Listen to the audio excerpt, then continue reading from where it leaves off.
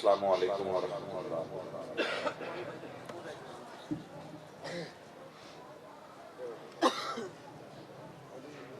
نحمدہ ونصلی ونسلم علی سیدنا و مولانا محمد رسولہ النبی الامین الکریم الرؤوف الرحیم اما بعد اعوذ باللہ من الشیطان الرجیم بسم اللہ الرحمن الرحیم محمد الرسول اللہ وقال اللہ تبارک و تعالی انا نحن نزلنا الذکر وانا له لحافظون صدق اللہ العظیم۔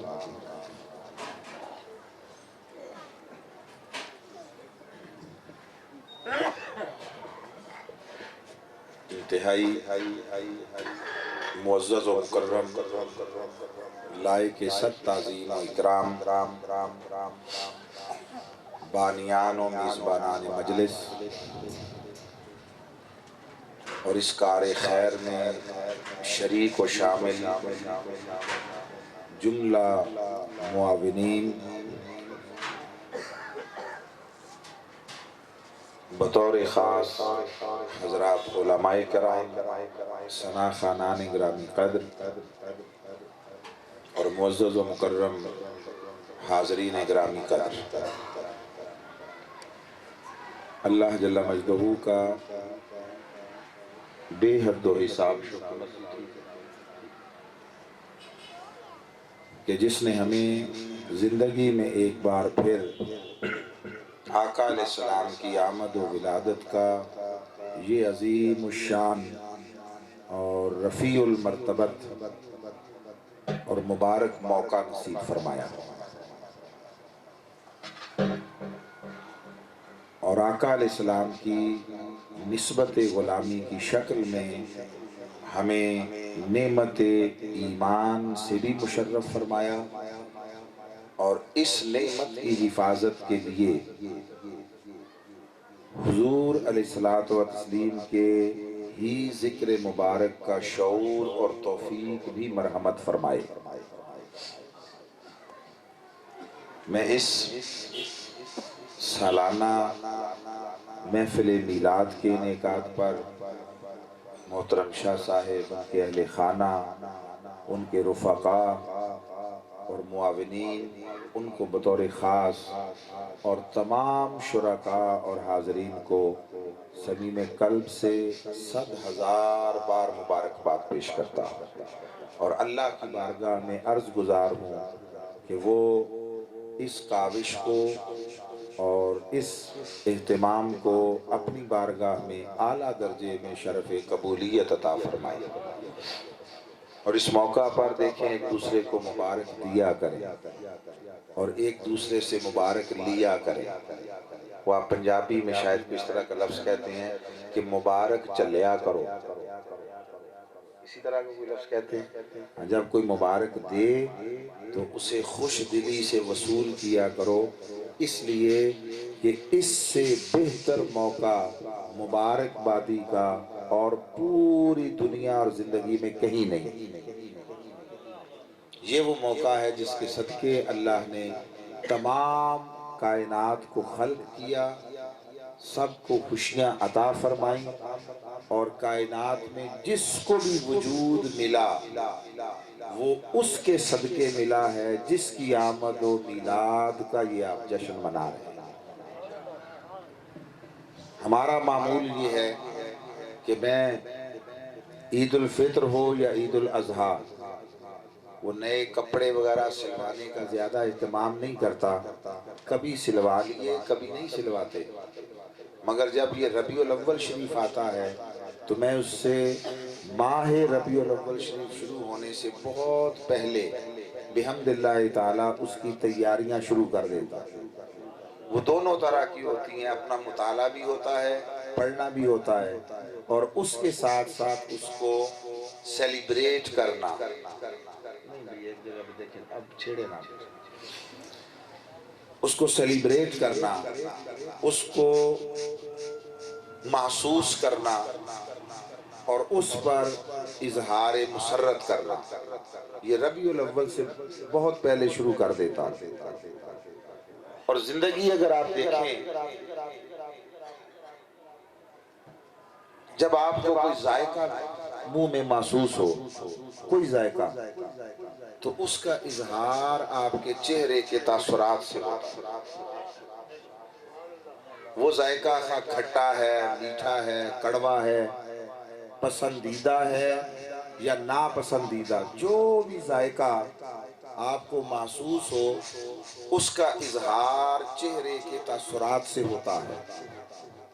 چہرہ اس ذائقے کو محسوس نہیں کرتا، محسوس زبان کرتی ہے۔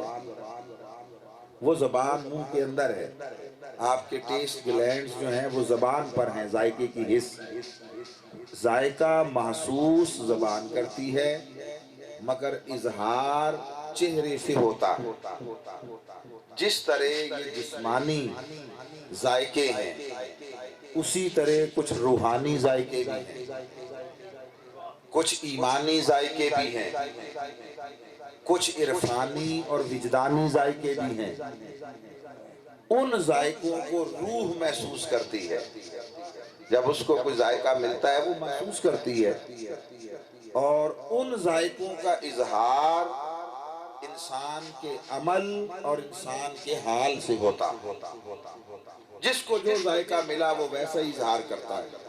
اور یہ بھی یاد رکھیں کہ یہ جو انسان ہے دو چیزوں کا مرکب ہے، جسم اور روح۔ ان دونوں کا اوریجن جدا ہے، ان دونوں کے خواص جدا ہیں، ان دونوں کی ضروریات اور تقاضے جدا ہیں، ان دونوں کا انجام جدا ہے۔ اور ضابطہ یہ ہے، جو شے جدھر سے آئی ہے، خود جدھر سے آئی ہے، اس کی ضرورتیں بھی ادھر سے آئیں گی، اس کا سامان بقا بھی ادھر سے آئے گا، اس کی زندگی اور حیات کی جملہ ضروریات بھی ادھر سے پوری ہوں گی، اور وہ بالآخر پلٹ کر ادھر ہی واپس جائے گا۔ اب جسم مٹی سے آیا ہے، آپ کے جسم کی ساری ضرورتیں مٹی سے آ رہی ہیں، زمین سے آ رہی ہیں۔ آپ کا کھانا پینا، لباس، خورد و نوش، جو کچھ جسم کی ضرورتیں ہیں وہ ساری مٹی اور زمین سے آ رہی ہیں۔ اور کوئی جتنی بھی عمر پا لے، آخر مرنا تو ہے۔ جب مرتا ہے بندہ، کوئی کسی عقیدے، مذہب، دین سے تعلق رکھے، کوئی اپنے مردوں کو جلانے والا ہو یا دفنانے والا، جسم کا انجام بالآخر مٹی میں ملنا ہے۔ مٹی سے نکلا تھا، مٹی سے بنا تھا، مٹی سے پلا تھا، اور بالآخر مٹی میں جا کر مل گیا۔ مگر اس جسم کے اندر ایک روح بھی ہے، اس روح کا بھی کوئی اوریجن ہوگا، اصل ہوگی، اس روح کا بھی، اس کی بھی کوئی ضروریات ہوں گی، کوئی تقاضے ہوں گے، اس کو بھی اپنی بقا و حیات کے لیے، اپنے دوام کے لیے کچھ چاہیے ہوگا، اور بالآخر اسے بھی کبھی پلٹ کر کسی طرف جانا ہوگا۔ سدا اس جسم میں تو نہیں رہے گی۔ جسم ادھر سے آیا تھا، ادھر چلا گیا، تو پوچھا روح کدھر سے آئی ہے؟ اس نے فرمایا یسألونک عن الروح، اے حبیب یہ آپ سے پوچھتے ہیں یہ روح کیا ہے؟ قل الروح من امر ربی، آپ فرما دیں روح میرے رب کا امر ہے، یہ ادھر سے آئی ہے۔ تو جب جسم جدھر سے آیا تھا، ضرورتیں ادھر سے آئی تھی، ذائقے لذتیں سارے ادھر سے آتے ہیں، تو روح جدھر سے آئی ہے اس کی ضرورتیں بھی تو ادھر سے آئی۔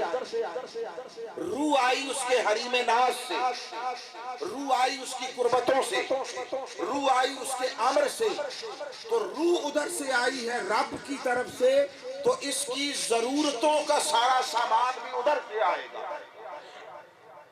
اب روح کی ضرورتیں پوری کرنے کے لیے بازار سے روٹی نہیں کھانا ہوگی، روح کی ضرورتیں پوری کرنے کے لیے کسی کپڑے کی دکان سے لباس لے کر نہیں خریدنا ہوگا، کوئی ایسا اہتمام کرنا ہوگا ادھر سے کچھ آئے جدھر سے روح خود آئی ہے۔ سو روح کی ضرورتیں، روح کا سامان، روح کا لباس، روح کی غذا سب ادھر سے آتی ہے۔ اس جسمانی ضرورتوں کے لیے آپ مزدوری کرتے ہیں، آپ محنت کرتے ہیں، آپ زراعت کرتے ہیں، آپ ملازمت کرتے ہیں، تجارت کرتے ہیں۔ روح کی ضرورتوں کو پورا کرنے کے لیے بھی کچھ کرنا ہوگا، کچھ محنت کرنا ہوگی۔ وہ محنت کیا ہے؟ روح کی ضرورتوں کو پورا کرنا ہے تو اللہ کا ذکر کرنا ہوگا، اللہ کی محبت کو اپنانا ہوگا، اللہ کی اطاعت کو اپنانا ہوگا، خدا کی قربت کی طرف سفر کرنا ہوگا، مجاہدے کرنے ہوں گے، اپنی راتوں کو، تنہائیوں کو، خلوتوں کو اس کے ذکر اور یاد سے آباد کرنا ہوگا۔ روح جتنا اس پر محنت کر لے گی، جتنا اس کو یاد کر لے گی، اتنا اسے غذا نصیب ہوگا۔ ان دونوں چیزوں کا کمبینیشن، مرکب، وہ انسان ہے۔ اب جس طرح جسم کے ذائقے ہیں، زبان چکھتی ہے، زبان چکھتی ہے، تو کوئی باطن کے ذائقے بھی ہیں، ان کو روح چکھتی ہے، روح۔ تو جس طرح زبان چکھے تو اظہار آپ کے چہرے سے ہوتا ہے۔ کبھی کبھی بچے بڑے بھی کوئی ایسی چیز کھائیں جو انہیں بہت لذیذ لگے، وہ کھٹی میٹھی کھا لیں، چٹخارا بھی لیتے ہیں، آواز بھی آ جاتی ہے، آواز بھی آتی ہے۔ تو روح بھی جب کبھی کوئی من پسند خوش ذائقہ لذتیں چکھتی ہے تو اس کا بھی اظہار ہوتا ہے، اس میں بھی کبھی آوازیں آتی ہیں۔ روح کو جب ذائقہ ملتا ہے، لذت پاتی ہے، تو اس کا اظہار عمل سے ہوتا ہے۔ وہ عمل کیا ہے؟ جب روح کو خوشی، مسرت کا ذائقہ ملتا ہے تو اس کا اظہار عمل سے ہوتا ہے۔ کیسے عمل وجود میں آتا ہے؟ کبھی اس روح کے ذائقے کی بنا پر اٹھ کر کوئی جھنڈیاں لگا دیتا، کبھی اٹھ کر کمکمے لگا دیتا، کبھی اٹھ کر محافل کا اہتمام کرنے لگتا ہے۔ اور جب روح کو ان ذائقوں سے گزر کر کبھی حضوری کا ذائقہ نصیب ہو جائے، کبھی قربت کا ذائقہ نصیب ہو جائے، تو روح وجد میں آتی ہے، جسم رقص میں آتا ہے۔ روح پر جذب طاری ہوتا ہے، روح پر کیف طاری ہوتا ہے، روح پر سرور طاری ہوتا ہے۔ اور روح جب عالم وجد میں ہوتی ہے تو جس جسم میں ہوتی ہے وہ کبھی رقص میں بھی آتا ہے، رقص کرتا ہے جسم۔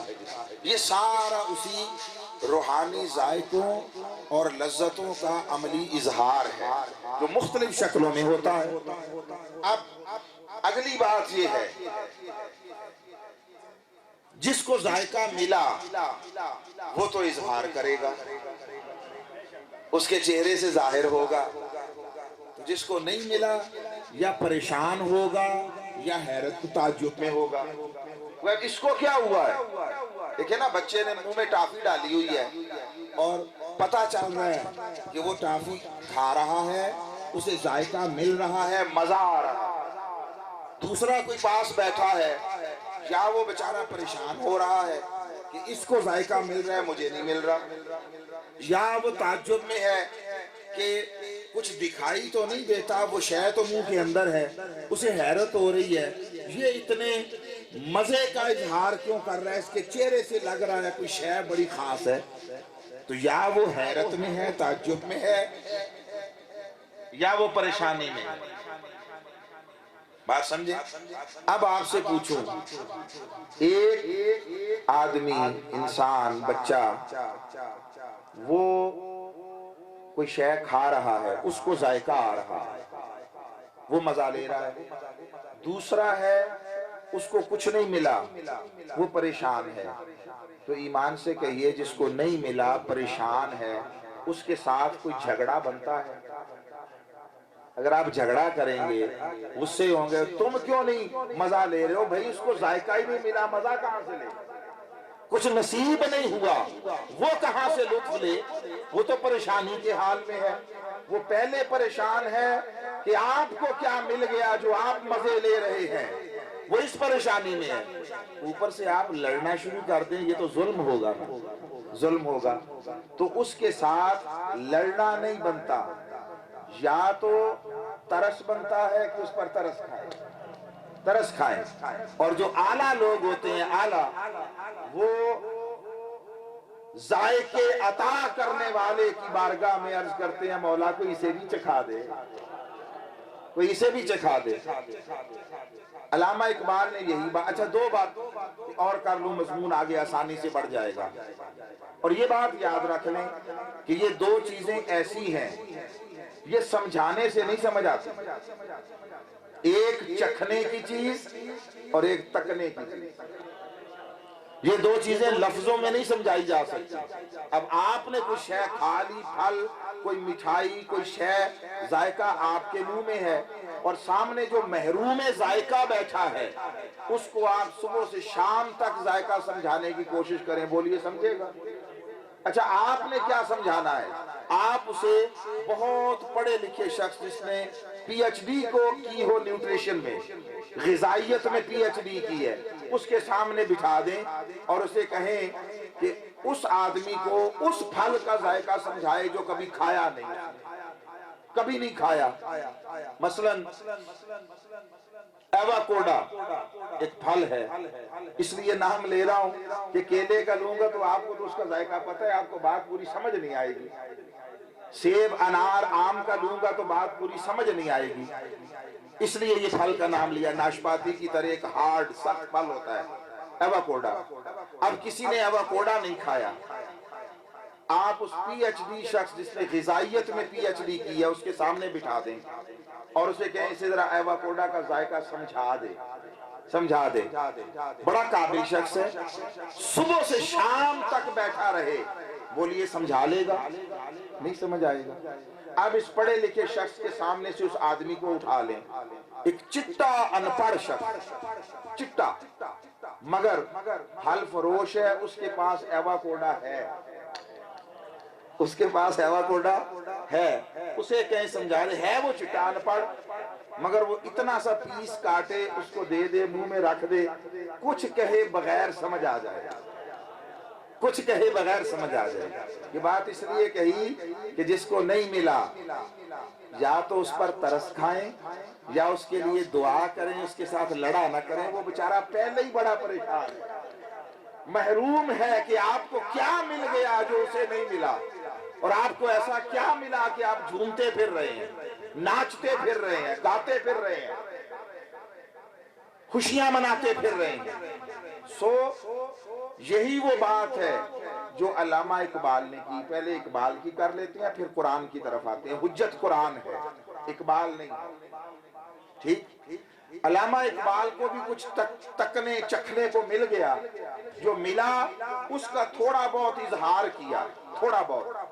تو جن کو ملا نہیں تھا انہوں نے فتوے پھینکنے شروع کر دیے، خدا جانے کتنی دفعہ کفر کے فتوے لگے۔ تو علامہ اقبال پریشان نہیں ہوئے، انہوں نے اللہ کی بارگاہ میں عرض کی مولا دیکھا ہے جو کچھ میں نے اوروں کو بھی دکھلا دے، جو پردہ مجھ پر اٹھایا ہے ان کو بھی دکھا دے، ان کو کیا پتا میں نے کیا تکا ہے، ان کو کیا پتا مجھے کیا ملا۔ سو ان کو یا تو چکھا دیں، دکھا دیں، یہ نہیں کر سکتے تو اس کی بارگاہ میں دعا کر دیں جہاں سے سب کو نصیب ہوتا۔ اب قرآن کی طرف آتے ہیں، حجت وہ ہے، قرآن گواہ ہے، تانے تھے، صبح و شام کی باتیں تھیں، غلام کی رٹ تھی، اور جینا دو بھر کیا ہوا تھا زلیخا کا، زنان مصر نے، امیر زادیوں نے۔ زلیخا تمہیں حیا نہیں آئی، شرم نہیں آئی، ایک منڈی میں بک کر آنے والے غلام کی طرف مائل ہو گئی۔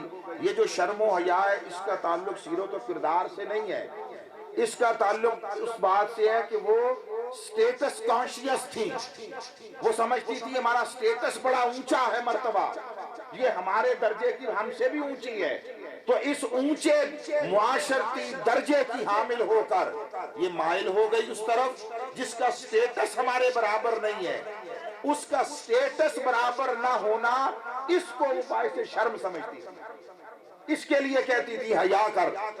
تو زلیخا انہیں کہتی تمہیں کیا معلوم یوسف کیسا ہے، تم کیا جانو جو میں نے دیکھا ہے۔ تو وہ کہتی کتنا حسین ہے، وہ کہتی وہ حسن کا ماہ تمام ہے۔ اچھا فلاں جیسا، کسی حسین کا نام لے کر فلاں جیسا جو انہوں نے تکا ہوتا۔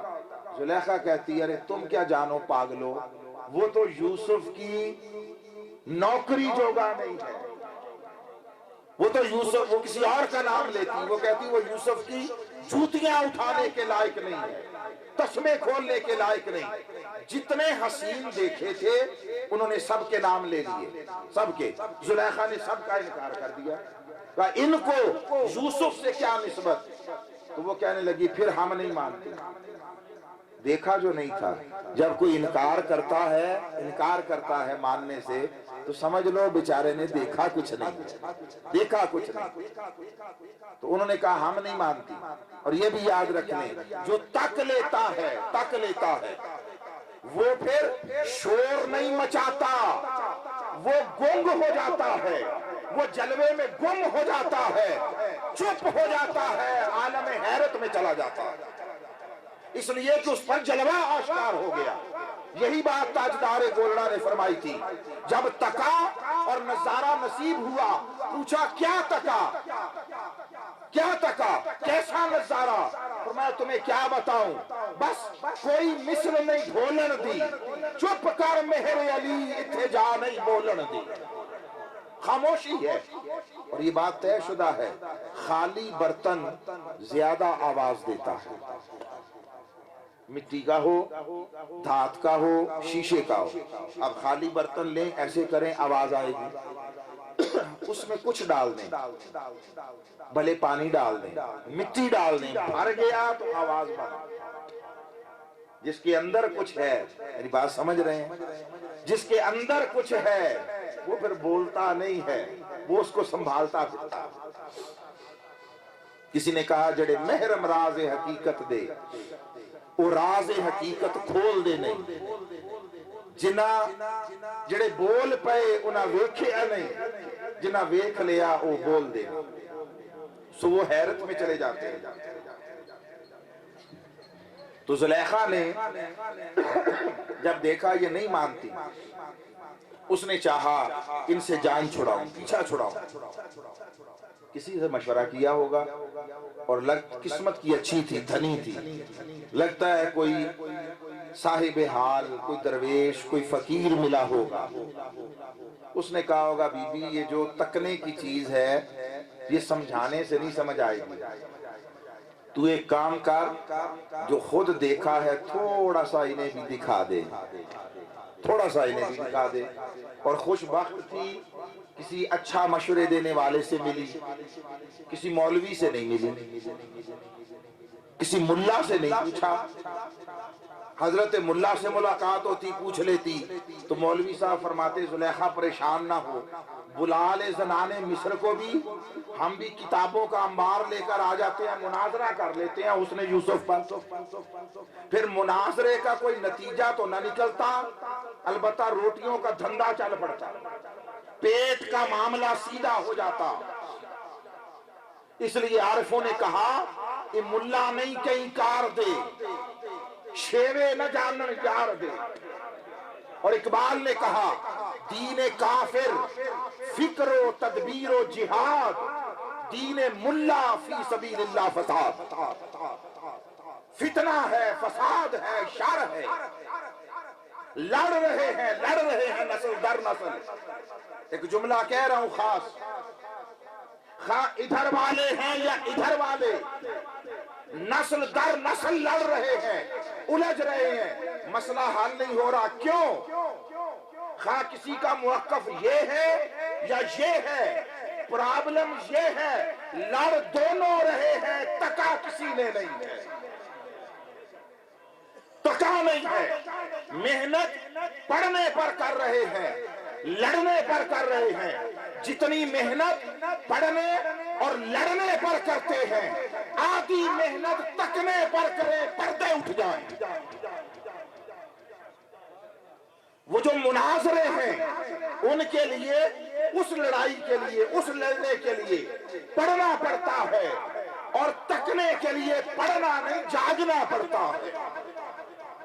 تکنے کے لیے راتیں بیدار کرنا پڑتی ہیں، جس کی راتیں بیدار ہو جائیں اسے دل بینا نصیب ہوتا ہے۔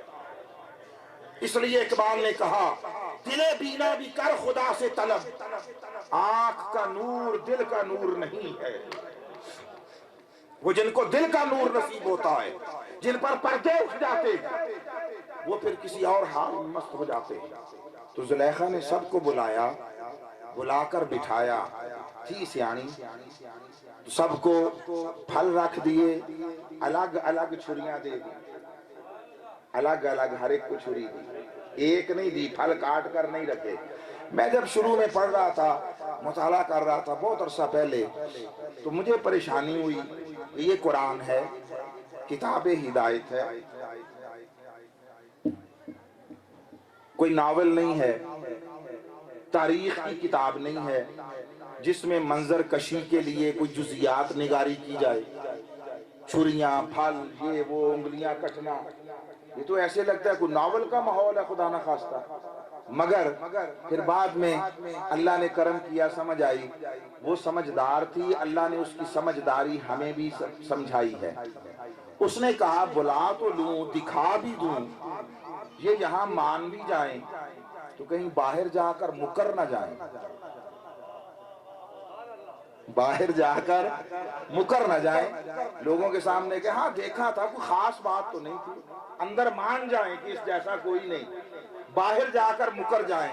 تو اس نے کہا دکھاتی ہوں، مگر اس طرح کہ دیکھیں تو کوئی نشانی لے کر جائیں، نشانی لے کر جائیں۔ پھر جب اگر باہر جا کر انکار کریں کہ کوئی خاص بات نہیں، تو جس کو بتائیں خاص بات نہیں، وہ پوچھے کہ خاص بات نہیں تو یہ کیا ہوا ہے، یہ کیا کروائی ہو، یہ کیا بیتی ہے، اس کا حال سناؤ، اس کا حال سناؤ۔ تو پھل دے دیے، چھریاں دے دی، اندر جا کر حضرت یوسف کے پاؤں پڑ گئی اور کہنے لگی کہ میری عزت کا معاملہ ہے تو آپ ایک مرتبہ چہرے سے نقاب ہٹا کر ان کے سامنے سے گزر جائیں۔ انہوں نے نہیں کہا کہ کل میری عزت پر تو تہمت لگائی تھی، میرے دامن کردار کو تو داغدار کرنے کی کوشش کی تھی، جھوٹی تہمت، جھوٹا الزام، بہتان لگایا، میں آج تمہاری عزت کیوں بچاؤں؟ یہ جواب نہیں تھا۔ یاد رکھو اللہ والے لجپال ہوتے ہیں، اللہ والے لجپال ہوتے ہیں، وہ اولیاء ہوں یا انبیاء، ان کے ساتھ کوئی کیسا ہی معاملہ کر لے، جب اس پر بنی ہو تو بچا لیتے ہیں اور اگلے کے عیبوں کو چھپا دیتے ہیں۔ شب معراج جب آقا حریم الہ سے، حریم ناز سے اور حضور بارگاہ سے واپس پلٹنے لگے تو اللہ نے ایک روحانی جبہ خلافت عطا کی، روحانی جبہ خلافت، ساتھ اس کی ایک کوالیفیکیشن بتا دی کہ حبیب جہاں یہ کوالیفیکیشن ہو وہاں دے دینا، وہاں دے دینا۔ ظاہر ہے وہ روحانی جبہ ہے خلافت کا، تو اس کے ساتھ کوئی اختیار ہے، کوئی منصب ہے، کوئی شان ہے۔ آقا علیہ السلام تشریف لائے، حضور نے سیدنا صدیق اکبر رضی اللہ تعالیٰ عنہ کو بلایا اور پوچھا کہ اگر یہ جبہ خلافت آپ کو دوں کیا کریں گے؟ انہوں نے کہا میں دنیا سے جھوٹ، کذب کا خاتمہ، انکار کا خاتمہ کر دوں گا اور معاشرے میں نظام صدق و صداقت کو فروغ دوں گا۔ آپ نے فرمایا بے شک آپ ایسا ہی کریں گے، آپ کو یہی زیب دیتا۔ حضرت عمر کو بلایا، پوچھا آپ کو دوں تو کیا کریں گے؟ انہوں نے کہا میں دنیا سے ظلم، استحصال، زیادتی، حق تلفی کا خاتمہ کروں گا اور نظام عدل و انصاف بپا کر دوں گا۔ فرمایا بے شک ایسا ہی کرو گے، آپ کو یہی زیب دیتا۔ حضرت عثمان غنی رضی اللہ تعالیٰ عنہ کو بلایا، پوچھا آپ کو دوں کیا کریں گے؟ انہوں نے کہا میں دنیا سے بخل، کنجوسی، بے حیائی، فحاشی، اس کا خاتمہ کر دوں گا اور معاشرے میں حیا اور سخا کا پرچم سر بلند کر دوں گا۔ فرمایا بے شک ایسا ہی کریں گے، آپ کو یہی زیب دیتا ہے۔ پھر حضرت مولا علی شیر خدا کو بلایا، فرمایا آپ کو دوں تو کیا کریں گے؟ حضرت مولا علی شیر خدا کہتے ہیں یا رسول اللہ، میں یہ جبہ مخلوق کے گناہوں پر ڈال کر ڈھانپ دوں گا، چھپا دوں گا۔ آقا نے وہ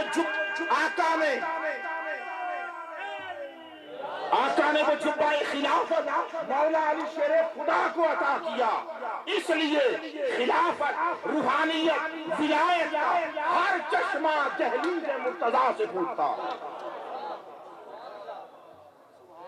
ولایت اور روحانیت یہ عبادت مجاہدے مشقت سے نہیں ہے، وہ اس کو عطا کرتا ہے جو اس کی مخلوق کا حیا کرے، اس کے مخلوق کے عیبوں پر پردہ ڈالے۔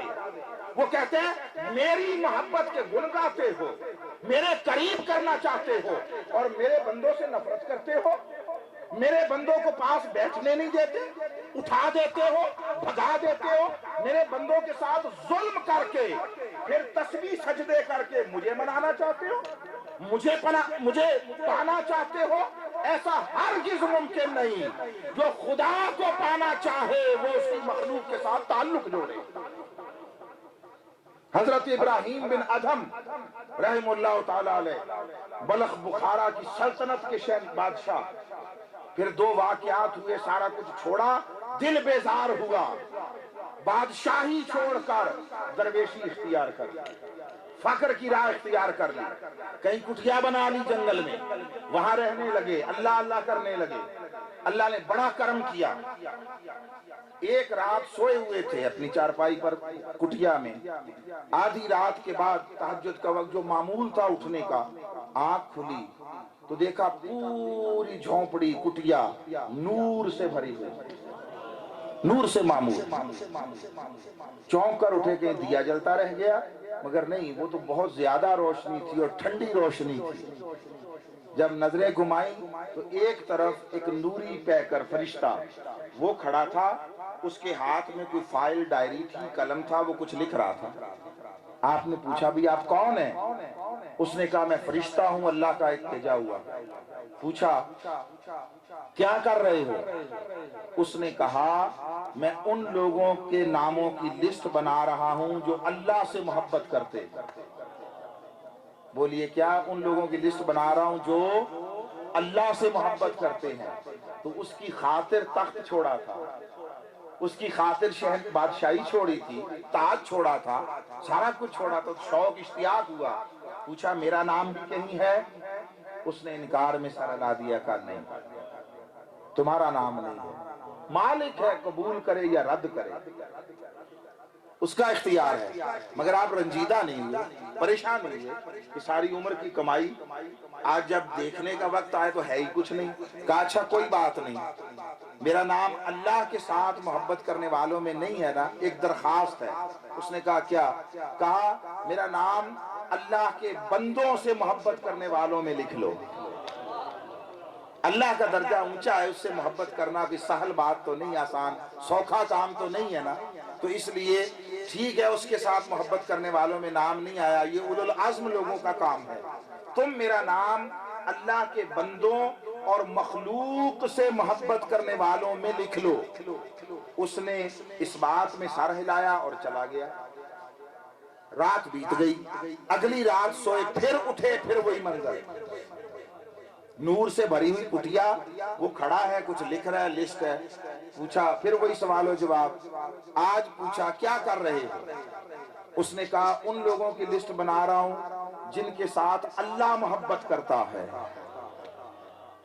پہلے دن تھا ان لوگوں کی لسٹ بنا رہا ہوں جو اللہ سے محبت کرتے ہیں، بندے اللہ سے، اس میں نام نہیں تھا۔ آج کہا جن سے اللہ محبت کرتا ہے، یہ اونچا درجہ ہے نا۔ اب ان کے دل میں خدا جانے کیا آئی۔ انہوں نے پھر پوچھ لیا میرا نام بھی کہیں ہے؟ شوق سے، تو اس نے زبان سے نہیں جواب دیا، لسٹ آگے کر دی۔ اس لسٹ میں اپنے زمانے کے سارے لوگ جن سے اللہ محبت کرتا تھا ان سب سے اوپر ابراہیم بن ادم کا نام لکھا۔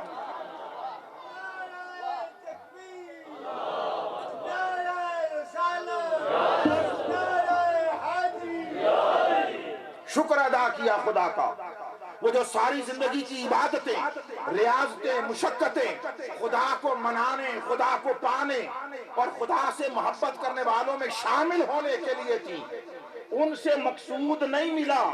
وہ ادنا درجہ تھا کہ بندہ خدا سے محبت کرنے والے کے طور پر قبول ہو جائے، مگر جب مخلوق خدا سے محبت کرنے کے راستے کو اپنایا تو اللہ نے اس پہلے مرتبے سے اونچے مرتبے پر بٹھایا، فرمایا تم میرے ساتھ کیا محبت کرو گے، تمہیں اس منصب پر کیا رکھوں، تم میرے بندوں سے محبت کرنے لگے ہو، میں تم سے محبت کرنے لگا۔ تو اللہ والے لجپال ہوتے ہیں، پردے ڈال دیتے ہیں، گناہ چھپا دیتے ہیں۔ تو حضرت یوسف علیہ السلام اٹھ کر چل پڑے، کہا چلو تمہاری عزت پر بنی ہے، بچا لیتے بچا لیتے۔ سامنے سے گزر گئے پردہ ہٹا کر۔ اب قرآن ہے، قرآن اللہ فرماتا ہے فَلَمَّا رَأَيْنَهُ اکبرنہ، وہ جس کے حوالے سے حقارت کے ساتھ ذکر کرتی تھی، غلام غلام غلام، منڈی میں بکا، کھوٹے سکوں میں بکا، آپ کی زبان میں کہتے ہیں جس پر نظر نہیں چڑھتی تھی، جس کو کسی کھاتے میں شمار میں نہیں رکھتی تھی، جب تکا اللہ بتا رہا ہے فَلَمَّا رَأَيْنَهُ، جب اسے دیکھا، اکبرنہ، اس کی بڑائی بیان کرنے لگی، وَقَطَّعْنَ أَيْدِيَهُنَّ، چھریاں سیب گر گئے، ہوش نہ رہی، حواس باختہ ہوئی، چھریاں انگلیوں پر چل گئی، ہاتھوں سے خون بہ نکلا، وَقُلْنَا، اور کہنے لگی حاشا للہ ما ھذا بشر، خدا کی قسم یہ کوئی بشر نہیں ہے، خدا کی قسم یہ بشر نہیں ہے۔ اچھا تو بیبیو اگر تمہارے خیال میں بشر نہیں ہے تو پھر ہے کیا؟ سوال ہے نا، بشریت کا تو انکار کر دیا، بشر نہیں ہے، تو پھر یہ بھی فرما دو تمہارے نزدیک پھر بشر نہیں تو ہے کیا؟ کہنے لگی ان ھذا الا ملک کریم، یہ تو کوئی عظمت و بزرگی والا فرشتہ پیکر نور ہے، پیکر نور ہے۔ اب آپ سے پوچھتا ہوں، ہر شخص اپنی سمجھ کے مطابق مجھے جواب دے، بولیے حضرت یوسف علیہ السلام بشر نہیں تھے؟ بشر تھے، تمام انبیاء پیکران بشریت تھے اور ہے، بشریت انبیاء کا انکار کفر ہے، یہ قرآن کی نص ہے، تاجدار کائنات کی بھی بشریت کا انکار نہیں کیا جا سکتا، جو انکار بشریت مصطفیٰ کرے وہ منکر قرآن ہو کر کافر ہو، کافر ہے۔ بشریت کی نوعیت جو بھی ہے، بشریت کی سطح جو بھی ہے، بشریت کا درجہ جو بھی ہے، مصطفیٰ کی بشریت بشریت مقدسہ ہے، بشریت مقدسہ ہے، بشریت مطہرہ ہے، بشریت منورہ ہے۔ مصطفیٰ کی بشریت وہ بشریت ہے جہاں سے جبریل سمیت سارا عالم نور خیرات نور پاتا، مگر عنوان بشریت کا انکار نہیں کیا جاتا، کفر ہے۔ اگر حضور کی بشریت کا انکار نہیں کیا جا سکتا تو حضرت یوسف کی بشریت کا انکار کیسے کیا جا سکتا ہے؟ اب پھر پوچھ رہا ہوں، بولیے یوسف بشر تھے یا نہیں تھے؟ تھے۔ یہ جو انہوں نے کہا بشر نہیں ہے، یہ قول درست ہے یا غلط؟ غلط۔ انہوں نے کہا بشر نہیں ہے جبکہ وہ بشر تھے، قول غلط۔ اگلا قول ان ھذا الا ملک کریم، یہ تو کوئی فرشتہ ہے، بولیے فرشتہ تھے حضرت یوسف؟ یہ دوسرا قول بھی غلط۔ قول دونوں غلط، مگر سورہ یوسف کیا پورا قرآن پڑھ لو، اللہ نے الحم سے والناس تک ان کا یہ قول جو کہا حاشا للہ ما ھذا بشر، خدا کی قسم یہ بشر نہیں، جس رب کی قسم کھا کر اعلان کر رہی ہیں یہ بشر نہیں، اس رب نے پورے قرآن میں ان کے قول کی تردید نہیں کی ہے، ان کے قول کو جھٹلایا نہیں ہے، اللہ نے ان کا قول سنایا اور تبصرہ ہی نہیں کیا، آگے بات بڑھا دی، مولا یہ دو باتیں کہیں دونوں غلط ہیں، خلاف حقیقت ہیں، امر واقعہ کے مطابق نہیں ہیں، باتیں غلط ہیں، تو غلط بات برداشت نہیں کرتا، تو غلط بات کو کبھی قبول نہیں کرتا، تو نے کوئی تبصرہ، چلو ان کو کچھ نہ کہتا ہمیں ہی بتا دیتا یہ جو انہوں نے باتیں کہی نا یہ درست نہیں ہے، یہ بھی نہیں کہا، ایک ضابطہ قرآن سے ڈرائیو کر رہا ہوں، یہ میرا اخذ کردہ ہے، جس کو پسند آئے قبول ہو رکھ لے، جس کو نہ پسند آئے چھوڑ دے، ہمارا طریق نہ جھگڑا ہے نہ فتویٰ، وہ انہی کو مبارک جن کے یہ مزاج اور کام ہے، ہمارا سودا ہے آپ کی گلی میں بیچنے آئے ہیں، لیں گے تو درست ہے، نہیں تو پھیری والے سے محلے والے سودا نہ لیں تو جھگڑا کوئی نہیں ہے، تمہارے لیے پھیری والے بڑے، ہمارے لیے سودا لینے والے بڑے، خدا کا شکر ہے سودا بڑا بکتا ہے، بڑا بکتا ہے، بڑا پروفٹ ہے، اس لیے اتنی چنتا کوئی نہیں، فکر نہیں ہے کہ کسی ایک نے نہ لیا تو کیا بنے گا، جو ڈرائیو کر رہا ہوں انہوں نے دو باتیں کہیں، باتیں دونوں غلط، اللہ نے تردید نہیں کی، جھٹلایا نہیں، سمجھا یہ رہا ہے لوگوں جب کسی پر حقیقت آشکار ہو جائے، کوئی منظر اور نظارہ نصیب ہو جائے اور وہ اس کی عظمت کو تسلیم کر لے اور اس کی عظمت کی دھاک دل پر بیٹھ جائے اور اس کیفیت میں بے ساختہ محبت میں کوئی ایسی بات کہہ دے جو درست نہ ہو مگر کہے جذبات محبت میں، کہے وفور محبت میں، رب فرماتا ہے میں اس بات کو قبول کرتا ہوں۔